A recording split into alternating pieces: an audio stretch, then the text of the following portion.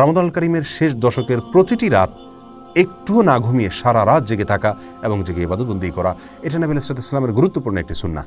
প্রিয় দর্শক, আমরা যারা কর্মজীবী এবং নানা কারণে আমাদের সারা রাত জেগে ইবাদতবন্দি করার সুযোগ হয়ে ওঠে না, আল্লাহ রাসূল সাল্লাল্লাহু আলাইহি সাল্লামের বিভিন্ন হাদিসে কিছু কিছু ছোট ছোট আমল রয়েছে যে আমলগুলো করার মাধ্যমে সারা রাত জেগে ইবাদতবন্দি করার সওয়াব আমরা পেতে পারি। সেরকম কিছু আমল আজ আমরা শেয়ার করতে চাই। তোমাদের প্রথম আমলটি হলো এশা এবং ফজরের সালাত জামাতের সাথে আদায় করা।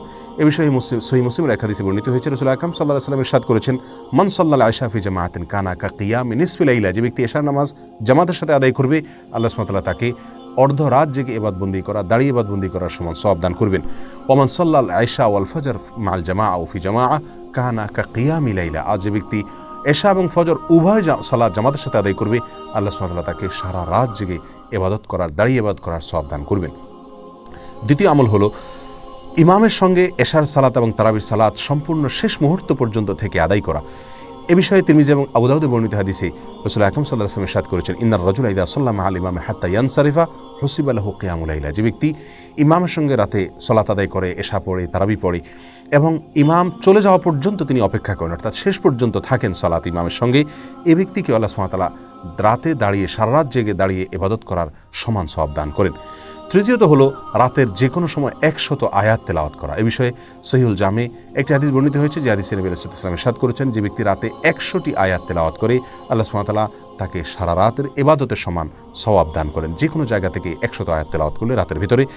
4 নম্বর আমল হলো, যে ব্যক্তি বিছানায় এলেন এ উদ্দেশ্যে যে তিনি উঠে ইবাদতবন্দি করবেন, কিন্তু তার ঘুম তারপরে প্রাবল্য বিস্তার করার ফলে তিনি আর জেগে ইবাদতবন্দি করার সুযোগ পান নাই, ঘুম এসে গেছে এবং সেটা প্রবল হয়ে গেছে, এই ব্যক্তি যে প্রতিজ্ঞা করেছেন, তিনি যে দৃঢ় ইচ্ছা পোষণ করেছেন উঠে সালাত আদায় করবেন, শুধুমাত্র এই তার সদিচ্ছা এবং দৃঢ় প্রতিজ্ঞার কারণে আল্লাহ সুবহানাহু ওয়া তাআলা তাকেও সারা রাত জেগে যেভাবে তিনি নিয়ত করেছিলেন জেগে ইবাদত করবেন, সেভাবে আল্লাহ সুবহানাহু ওয়া তাআলা ইবাদতের সওয়াব তাকে দান করবেন।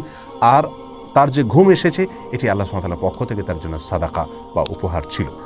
প্রিয় দর্শক, এছাড়াও রাসূল আকরাম সাল্লাল্লাহু আলাইহি ওয়াসাল্লাম বিভিন্ন হাদিস থেকে রাতে সিয়াম এবং দিনে কিয়াম, অর্থাৎ রাতে রোজা এবং দিনে দাঁড়িয়ে ইবাদতবন্দি করার সব এনে দেয় কিছু কিছু আমল। তার মধ্যে থেকে একটি হলো উত্তম আচরণ, উত্তম ব্যবহার, সুন্দর আখলাক। আরেকটি হলো ইয়াতিম এবং বিধবা, এই সমস্ত লোকদের জন্য যারা কষ্ট করে, পরিশ্রম করে, তাদের কল্যাণে যারা কাজ করে। তৃতীয়ত হলো জুমার দিনের যত আদব আছে, যত সুন্নাহ আছে, সেগুলোকে যারা ফলো করেন এবং মেনে চলেন।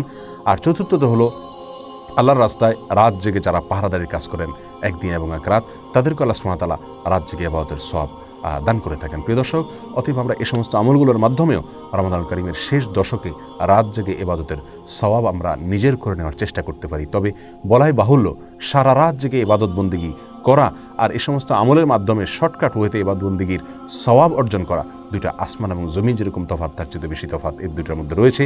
অতএব আমরা চেষ্টা করব রমাদানের শেষ দশকের প্রতিটি রাত জেগে ইবাদতবন্দি করার। যদি সেই সুযোগ না হয়, তাহলে অন্তত চেষ্টা থাকবে এই সমস্ত আমলগুলোর মাধ্যমেও আমি সারা রাত জেগে ইবাদতের সওয়াব যেন নিজের করে নিতে পারি। লাইলাতুল কদর যেন আমার মিস না হয়, লাইলাতুল কদরের ইবাদতের সওয়াব যেন আমি পেতে পারি। আল্লাহ সুবহানাহু ওয়া তাআলা দেখবেন আমার প্রচেষ্টা, আমার ইচ্ছা, আমার সাধনা, আমার আন্তরিকতা। আল্লাহ সুবহানাহু ওয়া তাআলা আমাদের সকলকে রমাদানের শেষ দশকের প্রতিটি রাত সারা রাত জেগে ইবাদত করার তৌফিক দান করুন। সেটা যদি আমরা করতে নাও পারি, অন্তত দুধের স্বাদ ঘোলে মেটাবার যে চেষ্টা, সেটাও যেন আমাদের মধ্যে থাকে, আন্তরিকতা যেন প্রকাশ হয়। আল্লাহ আমাদের সকলকে তৌফিক দান করুন।